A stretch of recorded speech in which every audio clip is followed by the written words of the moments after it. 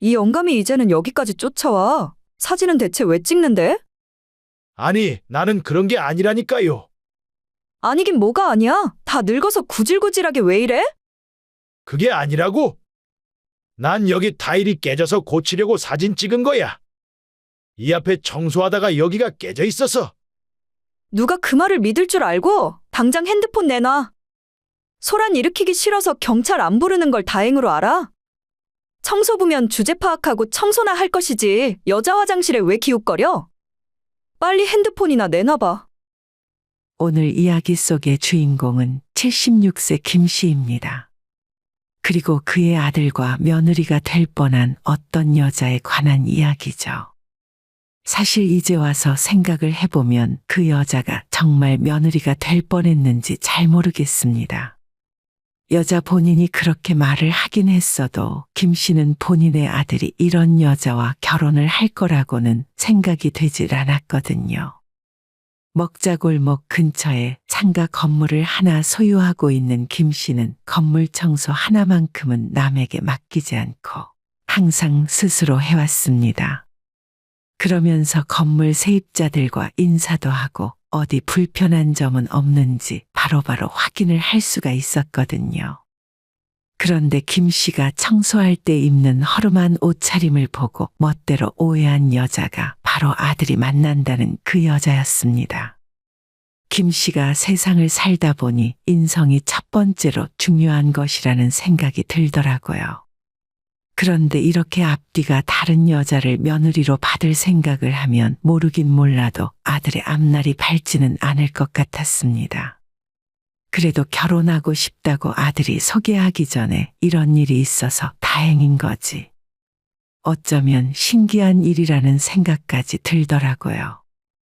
본인을 청소부로 오해했으니 본래의 모습을 볼 수 있었고, 처음부터 예비 시아버지로 만났다면 그 가면 뒤에 감춰진 얼굴을 알지도 못했을 테니 말이죠. 김 씨는 20대 시절부터 회사를 다녔고 젊은 시절부터 두 부부가 근검절약해서 돈을 모아 아파트를 넓히며 재산을 늘렸어요. 그러다가 10여 년 전 좋은 자리에 건물이 급매로 나왔길래 살고 있던 집을 담보로 대출을 받고 은행 대출을 받아 매입했습니다. 그게 정말 신의 한 수였고 주변이 싹 개발되며 먹자골목도 활성화되는 바람에 김 씨의 건물 가치는 인수했을 당시에 비해 3배가 넘게 올랐죠. 덕분에 정년을 채우기도 전에 일찌감치 은퇴를 하고 지금은 월세를 받으며 충분한 생활비를 충당하고 있습니다. 5층짜리 건물의 공실은 하나도 없었고 김 씨는 본인이 정말로 운이 좋았다고 생각했어요. 김 씨 부부에게는 딸 하나, 아들이 둘 있었어요. 첫째와 둘째는 지방에 따로 살고 늦둥이 막내 아들은 김 씨 소유의 작은 아파트에서 혼자 독립해 살고 있습니다. 김 씨는 몇 년 전까지는 본인의 상가 건물 5층에서 살고 있었는데 어느 날 아내가 크게 아팠던 적이 있었어요. 다행히 죽을 병은 아니라 치료받고 회복을 하긴 했어도 나이를 먹고 아프다 보니 두 부부에게 심경의 변화가 생겼습니다. 여보, 이제 좀 한적한 곳에서 마음이라도 편하게 삽시다.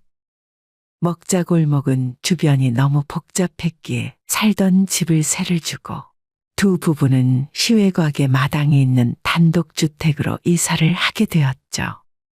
그 집에 살며 정원도 가꾸고 텃밭도 일구며 살다 보니 마음이 편해지더라고요. 원래 김 씨 부부가 살던 건물 5층에는 60대 부부가 딸과 함께 들어왔습니다. 막내 아들은 약대를 졸업해서 제약회사를 다니다가 1년 전쯤 김 씨의 건물 1층 상가 하나가 비어서 그곳에 들어와 약국을 차려 운영을 하고 있어요. 먹자골목 초입이라 유동인구는 많은데 주변에 약국이 없어서 입지적으로 좋았습니다. 아들이 건물에 들어오니 김 씨는 일주일에 2번 이상 찾아가서 건물 청소도 하고 아들 얼굴도 보고 일석이조였죠.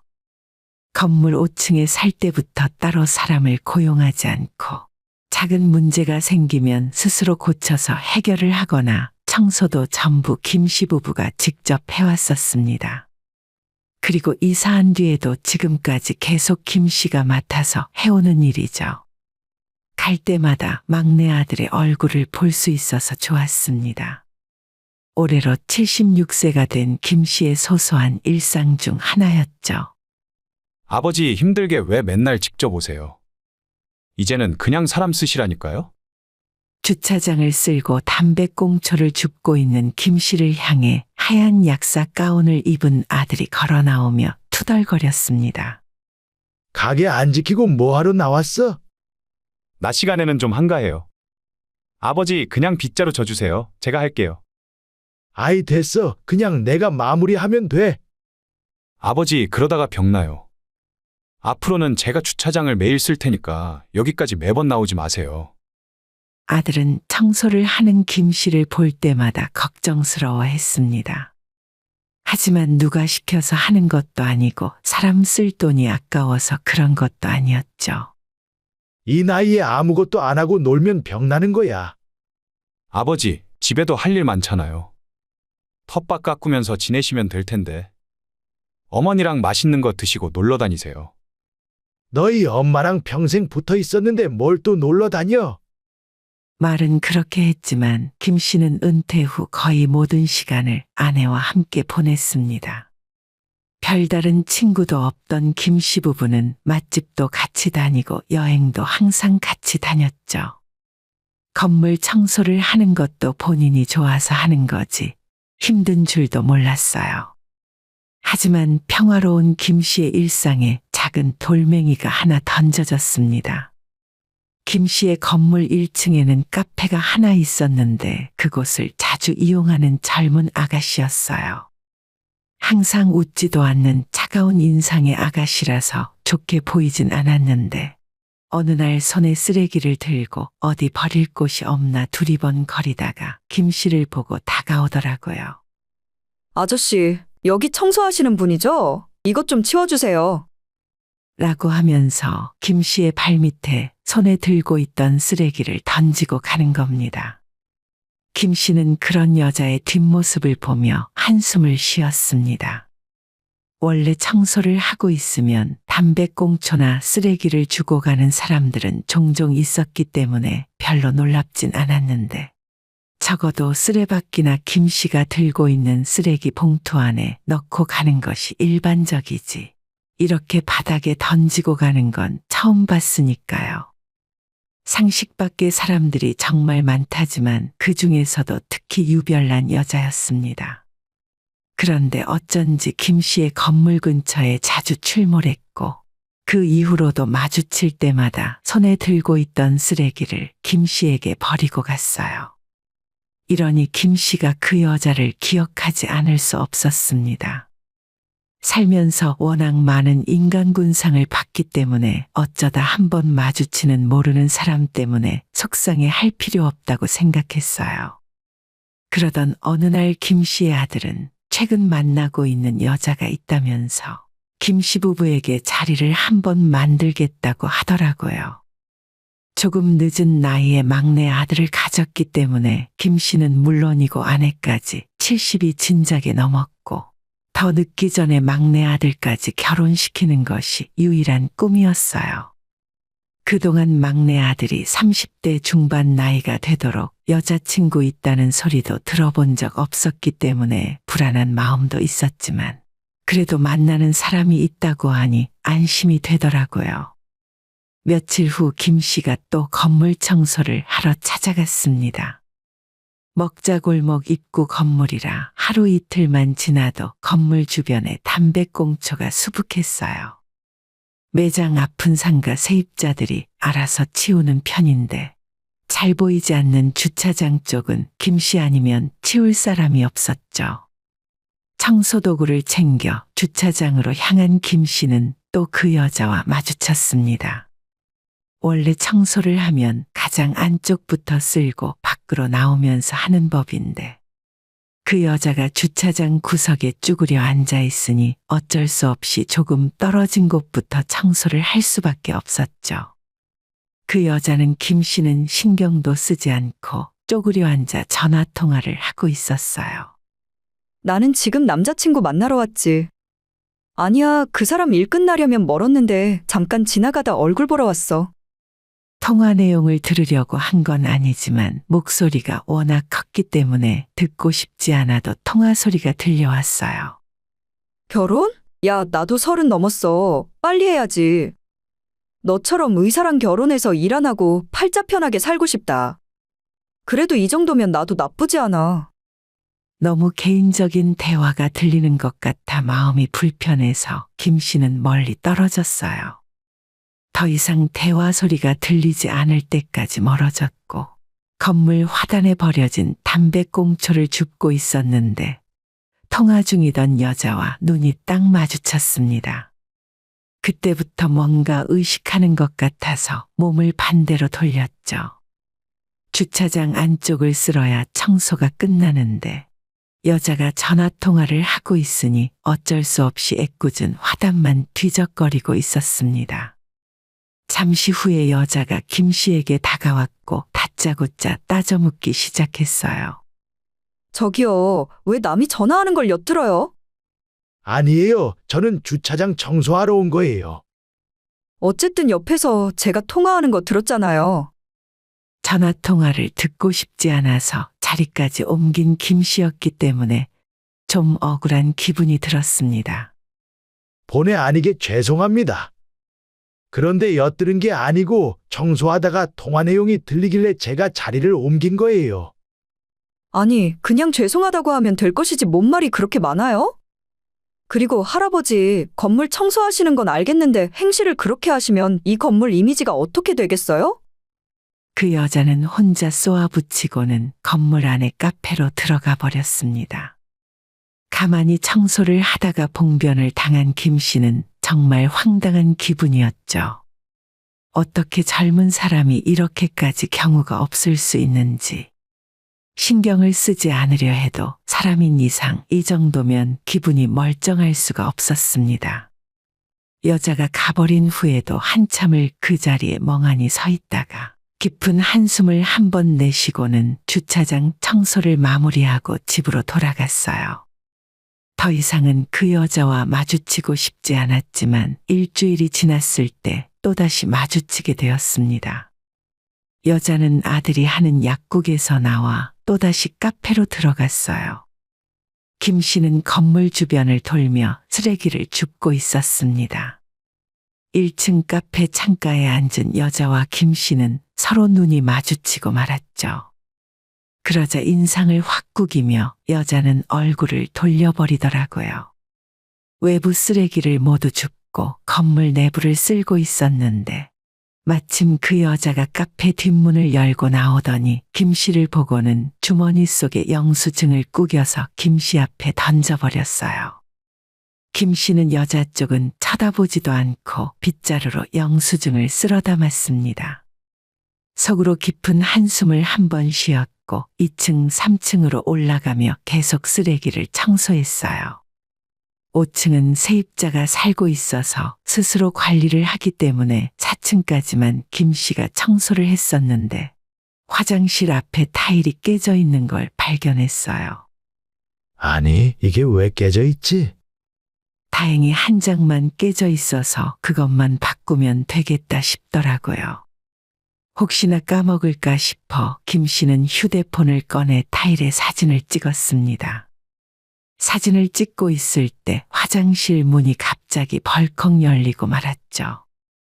순간 김 씨도 놀랐지만 화장실에서 나오던 사람은 깜짝 놀랐는지 소리를 빽 하고 질렀습니다. 아이고, 놀래켜서 미안합니다. 김 씨가 사과를 했는데 하필이면 그 여자였어요.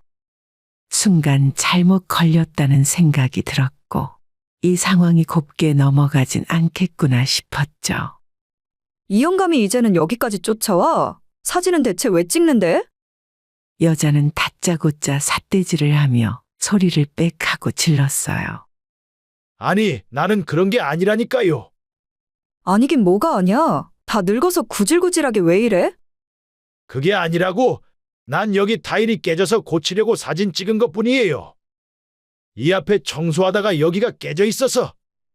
누가 그 말을 믿을 줄 알고 당장 핸드폰 내놔. 소란 일으키기 싫어서 경찰 안 부르는 걸 다행으로 알아? 청소부면 주제 파악하고 청소나 할 것이지 여자 화장실에 왜 기웃거려? 빨리 핸드폰이나 내놔봐. 핸드폰을 당장 내놓으라면서 거의 싸움이라도 할 듯 김 씨의 손에 있던 핸드폰을 빼앗아갔습니다. 그 과정에서 핸드폰이 땅에 떨어지고 난리도 아니었어요. 김 씨는 한숨을 쉬었고 여자는 핸드폰을 뺐더니 사진 앨범에 들어가서 본인이 생각하는 증거가 있는지 찾기 시작했습니다. 한참을 찾아도 상상했던 사진을 발견하지 못한 여자는 표정에서 무척 당황하는 기색이 드러났어요. 여기 보세요. 여기 타일이 깨져 있으니 교체하려고 사진을 찍은 겁니다. 금세 사진을 지웠나 보네. 내가 이대로 넘어갈 줄 알아? 청소하는 사람이면 청소나 할 것이지. 이봐요. 젊은 사람이 언행을 그렇게 하면 안 되는 겁니다. 청소부 주제에 뭘 안다고 사람을 가르치려고 해? 내가 건물 관리자한테 이야기해서 당신 바로 해고하라 할 거야? 4층 복도에서 소란이 계속되자 4층 학원에 있던 선생님들도 밖을 내다보기 시작했고 5층에 살고 있는 60대 부부가 소리를 들었는지 내려왔어요. 안녕하세요. 무슨 일이라도 생겼나요? 그 부부는 김 씨를 보고 먼저 인사를 했고 김 씨가 뭐라 하기도 전에 갑자기 그 여자가 앞을 막아서더니 5층 부부에게 공손하게 인사를 하는 겁니다. 안녕하세요. 처음 뵙겠습니다. 저 명훈 씨 여자친구 되는 사람이에요. 뒤에서 그 말을 듣고 있던 김 씨의 얼굴 표정이 심각하게 구겨졌습니다. 영문을 모르겠다는 5층 부부를 보며 그 여자는 다시 한번 입을 열었어요. 제가 아드님 여자친구예요. 조만간 먼저 찾아뵙고 인사드리려고 했는데 저희 결혼할 사이거든요. 당돌한 여자의 말에 김 씨는 뒤에서 헛웃음을 터뜨리며 뒤돌아 계단으로 내려갔습니다. 1층에 도착했더니 위에서 사건이 벌어진 걸 전해 들었는지 아들이 나와 있었고 김 씨에게 무슨 일이냐고 묻더라고요. 아버지, 위에 무슨 일 났어요? 별일 아니다. 그나저나 너 만난다는 여자친구가 저 여자냐?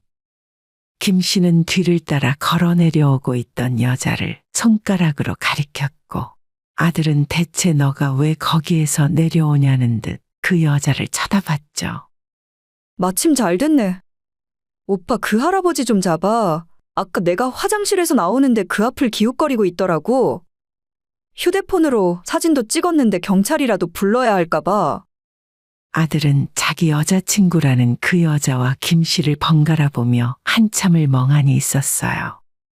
그리고 뒤늦게 정신을 차렸는지 그 여자에게 입을 열었습니다. 아니, 우리 아버지가 이상한 사람이라고? 너 그게 무슨 소리야? 그 말에 여자가 눈을 커다랗게 뜨더니 다시 무슨 소리냐 묻는 겁니다. 오빠네 부모님은 이 건물 꼭대기에 사신다며? 내가 언제 그렇게 말했어? 예전에 사시다가 지금은 이사했다고 말했잖아. 그제서야 여자의 얼굴은 사색이 되었고 귀신도 그보다는 혈색이 좋을 것 같았습니다. 아까도 말했지만 나는 화장실 앞에 타일이 깨져서 그걸 사진 찍은 거야. 김 씨는 휴대폰에 있는 사진을 아들에게 보여주며 상황을 대충 설명했어요. 아니, 아버님 그게 아니고요. 아까는 제가 잘못 알아서. 아가씨, 제가 어떻게 당신 아버님이 되겠습니까? 청소부면 주제 파악하고 청소나 하라면서요. 아니, 저는 아버님인 줄 미처 몰라서. 김 씨의 아들이 대충 상황 파악을 하고 자기 여자친구에게 무슨 짓을 한 거냐 따져 물었습니다. 나머지는 두 사람이 알아서 할 일이라 생각해 김 씨는 이만 빠지기로 했어요. 난 이만 간다.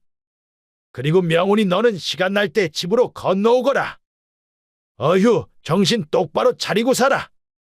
그렇게 말하고 김 씨는 집으로 돌아왔고 그날 저녁 아들에게 전화가 걸려왔어요.